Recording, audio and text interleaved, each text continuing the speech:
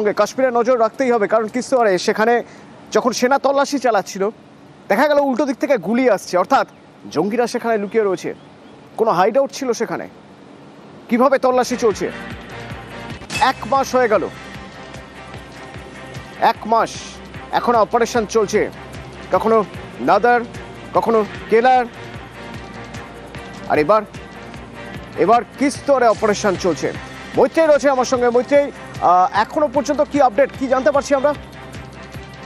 দেখো, এখনো পর্যন্ত যেটা জানা যাচ্ছে অপারেশন ত্রাসি সম্পর্কে, যে কিস্তোয়ারে এই অপারেশন চলছে এবং এর আগে কিস্তোয়ার জেলা ডিস্ট্রিক্টের কথা বারবার করে উঠে এসেছে এবং এবার যেটা জানা যাচ্ছে যে কিস্তোয়ারে এই অপারেশন চলছে এবং সেখানে জম্মু কাশ্মীর পুলিশের ইন্টেলিজেন্সের তরফ থেকে বেশ কিছু ইনপুট পাওয়া যায় এবং তারপরই ছাত্র বলে কিস্তোয়ারের একটি জায়গায় সেখানে প্রথমে কর্ডন করে সিকিউরিটি ফোর্সেসরা এবং তারপর সেখানে শুরু হয় সার্চ অপারেশন এবং তারপরেই জঙ্গিদের সঙ্গে গুলি বিনিময় শুরু হয়েছে এবং এখনো পর্যন্ত সিকিউরিটি ফোর্সেসের থেকে যেটা জানা যাচ্ছে যে জঙ্গলের মধ্যে 3 থেকে 4 জন জঙ্গি লুকিয়ে থাকতে পারে।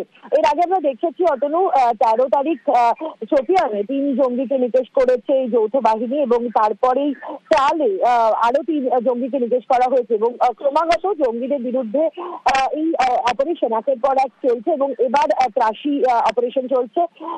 বাহিনীর তরফ থেকে যেটা জানানো হয়েছে জম্মু কাশ্মীর পুলিশ এবং সেনাবাহিনী এবং আধা সেনা মিলে যৌথভাবে এই অপারেশন চালাচ্ছে এবং ইতিমধ্যে বাড়তি ফোর্স সেটাও কিন্তু পাঠানো হয়েছে গোটা এলাকা ঘিরে যাতে জঙ্গিদের নিকেশ করতে সক্ষম হয় বাহিনীরা, সেটা নিশ্চিত করার জন্য। তবে এখনো পর্যন্ত শেষ পাওয়া খবর যে অপারেশন এখনো অনগোয়িং রয়েছে। অতএব এখনো পর্যন্ত যদি আমরা হিসেব করে দেখি 22 তারিখ, সেই অভিশপ্ত 22 তারিখ থেকে ঠিক 1 মাস পার হয়ে গিয়েছে।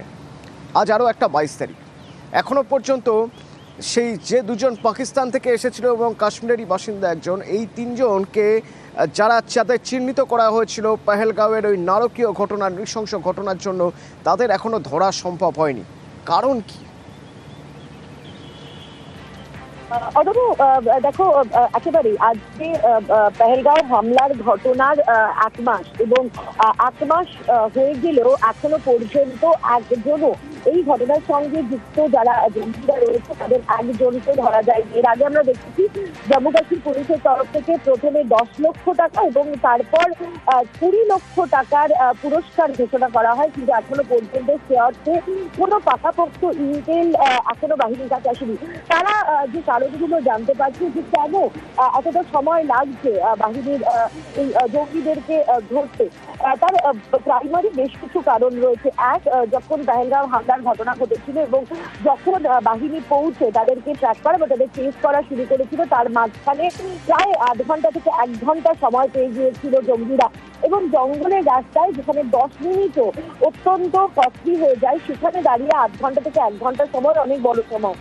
যেটা মনে করছে সিকিউরিটি ফোর্সেসরা যে ডেস্কটপ পরিষেবা ব্যবহার করছে এবং জঙ্গিরা যদিও এখনো পর্যন্ত কাশ্মীর ভ্যালির মধ্যেই রয়েছে বলে সিকিউরিটি ফোর্সেসরা মনে করছেন, তার কারণ যেভাবে নিরাপত্তা আত্মসাৎ করা হয়েছে একেবারে সীমান্ত বরাবর, সেই পরিস্থিতিতে দাঁড়িয়ে কিন্তু যে জঙ্গিদের জন্য অর্থাৎ তাদের জন্য সীমান্ত পেরোনো অনেক বেশি কঠিন, বরঞ্চ তারা মনে করছেন যে জঙ্গিরা হতে পারে তারা দেশ বদলে লোক মেনটেন করে এখনো ভ্যালির মধ্যে তারা লুকিয়ে রয়েছে।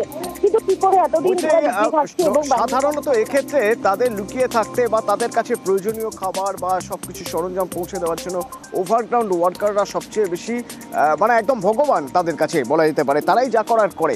কিন্তু এখানে এটা স্পষ্ট যে যেভাবে ইন্টারসেপ্ট করা হয়েছে, যেভাবে তদন্তকারীরা একদম ছেঁকে ওভারগ্রাউন্ড ওয়ার্কারদের তুলে নিয়ে এসেছে, তাতে ওভারগ্রাউন্ড ওয়ার্কার বাকি যারা রয়ে গেছে তাদের সম্পর্কেও হয়তো খোঁজখবর পাওয়া গিয়েছে খুব স্বাভাবিকভাবেই।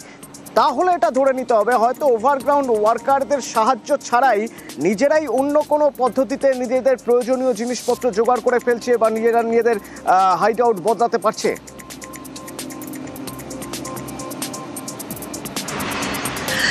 একেবারে অতনু, দেখো এখানে একটা বিশেষ পদ্ধতির কথা সিকিউরিটি ফোর্সেসরা জানাচ্ছেন, যেটাকে ডেড ড্রপ প্রসেস বলা হয়। ডেড ড্রপ প্রসেসটা কীরকম? এটা একটা সাইকেল চেনের মতো প্রসেস হয়। অর্থাৎ প্রথম ব্যক্তি, তাকে বলা হলো কিছু সরঞ্জাম আনার জন্য, সে একটা 2 নম্বর জায়গায়, তাকে একটা নির্দিষ্ট জায়গায় সেই জিনিসটা পৌঁছে দিতে বলা হলো। এবার দ্বিতীয় ব্যক্তিকে বলা হলো যে সেই জায়গা থেকে জায়গাটা, সেই জিনিস তুলে 3 নম্বর জায়গায় রেখে দিতে। 3 নম্বর জায়গায় আরও এক নতুন ব্যক্তি সে জিনিসটা তুললো এবং তার ডেস্টিনেশনে পৌঁছালো। অর্থাৎ প্রথম ব্যক্তি জানবে না যে কোথায় ফাইনাল ডেস্টিনেশন, যে দ্রব্যগুলো সে পৌঁছাচ্ছে তার ফাইনাল ডেস্টিনেশন কোথায়, এবং তৃতীয় ব্যক্তিও জানবে না যে এই জিনিসগুলো কোথা থেকে আনা হচ্ছে। এবং যে ফাইনাল ব্যক্তি থাকবে, অর্থাৎ যে একেবারে জঙ্গিদের কাছাকাছি পৌঁছে দিচ্ছে, তারা সব থেকে কাছের ব্যক্তি। কিন্তু এর সঙ্গে সঙ্গে যেমনটা তুমি বলছিলে যে ওজিডাব্লিউদেরকে একাধিককে গ্রেপ্তার করেছে, কিন্তু এখনও কিছু খুব ক্লোজ সার্কিটের লোকের সঙ্গেই কিন্তু যোগাযোগ রাখছে। তবে খুব বেশি মুভমেন্টে নেই জঙ্গিরা, এবং তারা একদমই যে কনভেনশনাল কমিউনিকেশনের যে ওয়ে, সেটাকে কোনোভাবেই ব্যবহার করতে না। অর্থাৎ স্যাটেলাইট ফোন থেকে শুরু করে যে কনভেনশনাল ওয়ে অফ কমিউনিকেটিং, সেগুলো কিন্তু ব্যবহার করছে না জঙ্গিরা। অত্যন্ত লো কি মেনটেন করে, এবং তারা যে সিকিউরিটি ফোর্সেসরা মনে করছে যে তাদের অস্ত্রশস্ত্র সব লুকিয়ে ফেলে লো কি মেনটেন করে ভ্যালির মধ্যেই কোথাও গা ঢাকা দিয়েছে, হয় কোনো অত্যন্ত পরিচিত ওজিডাব্লিউ বা বেশ চাপ হয়ে যাচ্ছে ধরতে, সেই জন্যই ধরতে এতটা সমস্যা হচ্ছে, এতটা সময় লেগে যাচ্ছে। ধন্যবাদ মৈত্রী। তো 1 মাস, সেই 22 তারিখ থেকে এ মাসের 22 তারিখ, 1 মাস পার হয়ে গেল। 1 মাস আগের ঠিক দুপুর বেলায় যে নারকীয় ঘটনা ঘটেছিল, তার রেশ এত সহজে যাবে না। খুব স্বাভাবিকভাবেই পেহেলগাঁও জুড়ে এখনো পর্যন্ত সেই সময়ের রেশ রয়েছে, এবং অপারেশনও